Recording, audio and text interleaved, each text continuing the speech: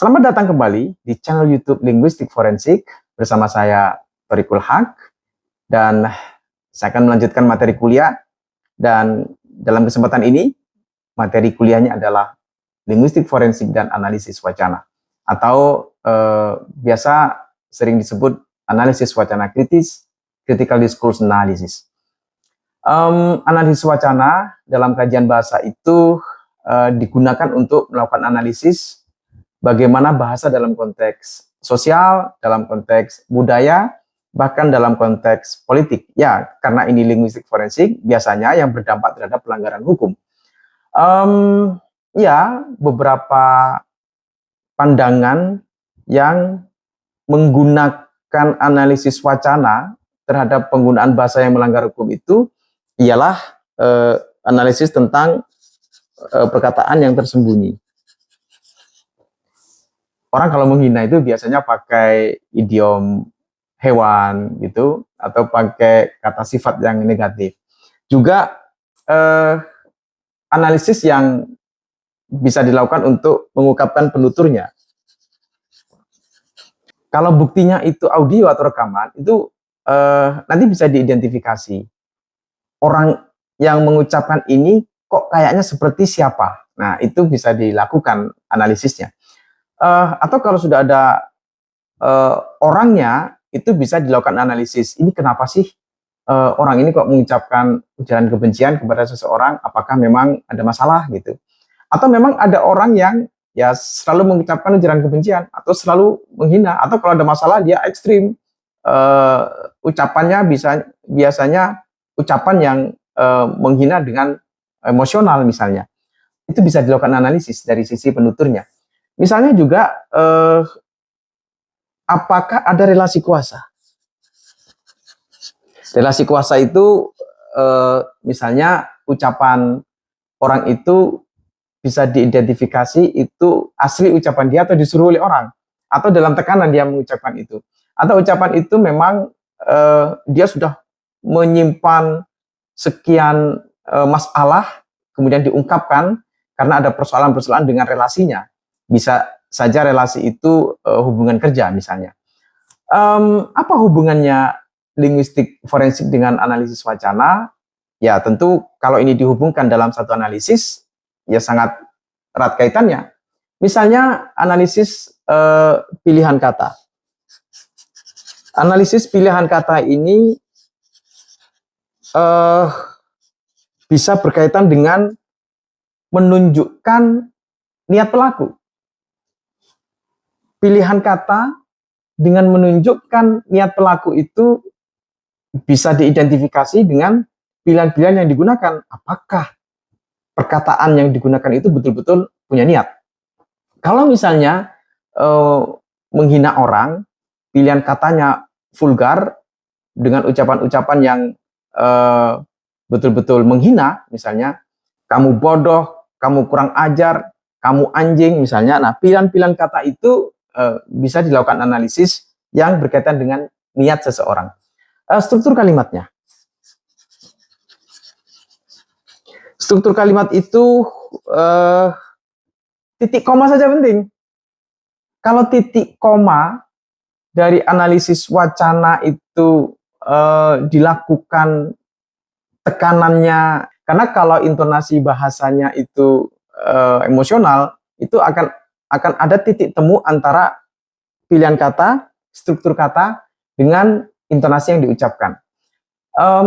Ketemunya nanti pada bagaimana mengungkapkan satu perkataan itu betul-betul perkataan yang bisa diidentifikasi. Kalau misalnya menghina ya menghina, kalau mencaci ya mencaci, kalau fitnah ya fitnah. Oke, dari dua hal ini nanti akan ketemu konteks percakapannya, konteksnya. Konteks percakapannya apa? Kalau tiga analisis ini saling berkaitan, maka bisa dijadikan satu hasil analisis berdasarkan analisis wacana, forensiknya ketemu. Atau setelah dianalisis ini ternyata ada konteks ideologinya. Oke, konteks ideologi itu apa?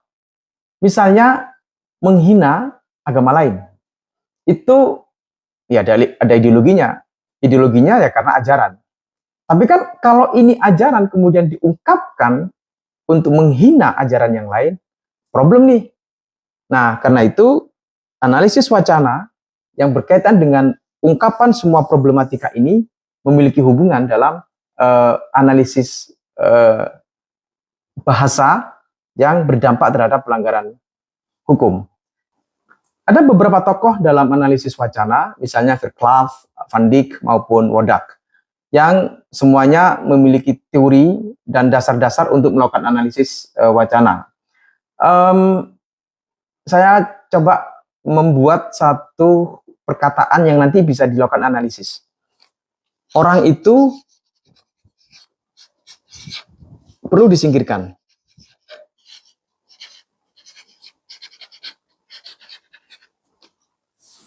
Kata ini itu bisa dijadikan analisis apakah bermaksud untuk mengucapkan kebencian, atau bermaksud untuk ancaman, atau bermaksud untuk menghina. Anggap saja ini ancaman. Kalau ini ancaman, maka apakah ada legitimasi kekerasan? Disingkirkan itu gimana sih maksudnya? Kan macam-macam tuh. Kecuali kalau bilangnya orang itu perlu dibunuh. Jelas. Karena membunuh itu secara praktik itu ya menghilangkan nyawa. Walaupun caranya macam-macam.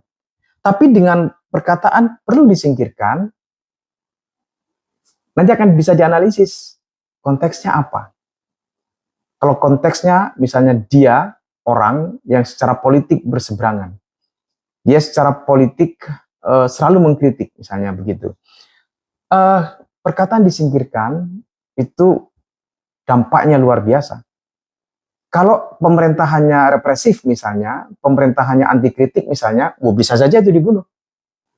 Dari sinilah pentingnya suatu analisis wacana itu bisa menghadirkan berbagai macam hasil analisis yang bisa membantu dalam mengidentifikasi apakah bahasa itu melanggar hukum atau tidak.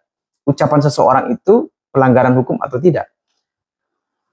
Ada juga beberapa teori yang melakukan analisis berdasarkan struktur makro, superstruktur, dan juga struktur mikro.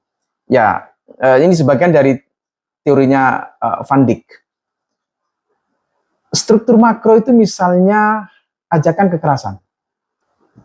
Ada teori analisis wacana itu yang berdasarkan struktur wacana. Salah satunya oleh Van Dijk. Mulai dari struktur makronya, superstrukturnya, dan juga struktur mikronya. Struktur makronya misalnya begini, ajakan kekerasan. Misalnya ada orang demonstrasi, kemudian diprovokasi untuk melempar batu, menendang aparat, atau nyerbu aparat. Kan chaos tuh, jadi bentrokan. Nah, itu bisa diidentifikasi ajakan kekerasan itu kalau dianalisis struktur makronya, itu ketemu siapa yang mengajak, kemudian ajakannya, ucapannya seperti apa. Atau begini cerita yang mudah itu. Ada keluarga dendam karena ada masa lalu, atau ada keluarga yang telah dibunuh, kemudian dia dendam mau membunuh keluarga yang membunuh tadi itu dengan mengajak keluarga. Itu provokasi, ajakan kekerasan. Nah, itu bisa diidentifikasi dari struktur makronya, memang ada ajakan. Apa superstrukturnya? Teksnya bagaimana? Membuka percakapannya seperti apa? Atau menghasut cara bagaimana pilihan katanya seperti apa? Isinya apa? Kemudian penutupnya apa? Penutup perkataannya itu apa? Kalau penutup perkataannya itu menyimpulkan bahwa memang harus melakukan kekerasan, ya dengan bahasa argumentasi yang dia sampaikan, ya bisa diidentifikasi. Kemudian struktur mikronya. Analisis detailnya misalnya diksinya seperti apa, metaforanya bagaimana, kalimat aktif atau pasif, mengajaknya itu aktif atau pasif. Kalau mengajaknya pasif misalnya tidak mengajak tapi dia akan berangkat sendiri, kemudian yang lain mengajak, kan beda dengan mengajak yang aktif, ayo ini harus dilakukan, balas dendam membunuh misalnya, itu bisa dilakukan analisis.